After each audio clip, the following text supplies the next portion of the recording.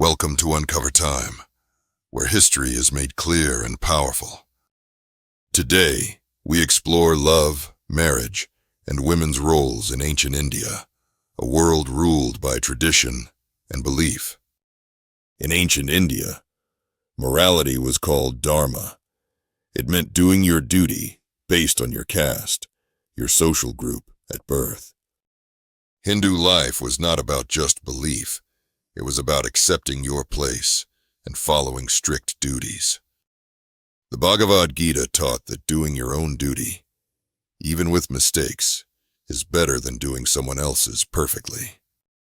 Some duties were shared by all: honor Brahmins, respect cows, and most importantly, have children. According to Manu, a man was complete when he had a wife and a son. Children were needed for both family support and spiritual traditions. Ancestors needed food offerings. Without children, they would suffer in the afterlife. So, birth control was not allowed. Abortion was treated like killing a priest, and infanticide was rare. Families were proud of having many children. Older people treated the young with care and love. Marriage was a duty. An unmarried man was ignored. A woman staying single was shameful. Love marriages were not admired. They were thought to be risky, full of emotion, and not stable.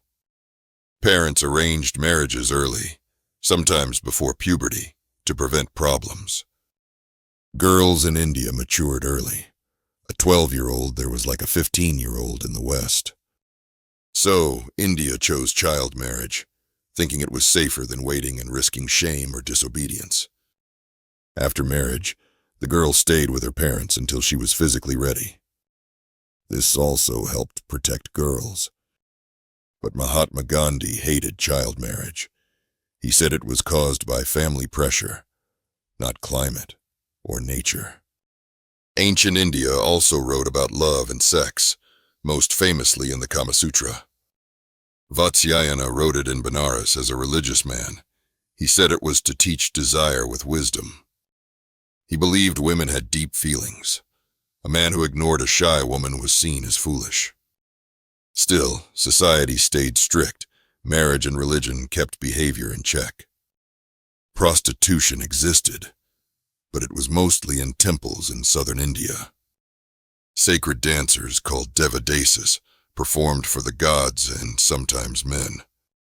Some lived quietly. Others were allowed to work as courtesans if they paid the temple. These dancers also sang, read, and talked with guests, especially where wives stayed hidden. In 1004 AD, King Rajaraja's temple had 400 devadasis. It was a respected tradition. Families sometimes gave daughters to temples, like sons were sent to be priests. But over time, this became abused. By 1800, Dubois called many temples brothels. Devadasis danced in public, often in suggestive ways, and sang bold songs about the gods. In such a world, romantic love was rare. It appeared more in poetry than in real life. Jayadeva and Chandidas wrote love poems, but they often showed the soul's love for God. Some poems were sweet, some were passionate. But marriage stayed practical, not emotional. Manu listed 8 types of marriage. Love marriage was ranked low. The best was arranged with family guidance. Marriage had to follow rules. Within caste, outside the family group, a man could have many wives, but only one from his own caste. Families were ruled by the father. He had control over his wife, children, and servants. Women were seen as beautiful but weak. One legend says the Creator made them from soft and tricky parts of nature. Strabo wrote that in Taxila, poor girls were shown in public for marriage. Rajput princes had a wife for each day of the week. Women had high respect in Vedic times, but lost power over time. Manu called women the source of dishonor and temptation. A woman obeyed her father, then husband, then son. She walked behind him, ate last, and kissed his feet at bedtime. Thank you for watching Uncover Time. Like, share, and subscribe. And join us again as we uncover the past together.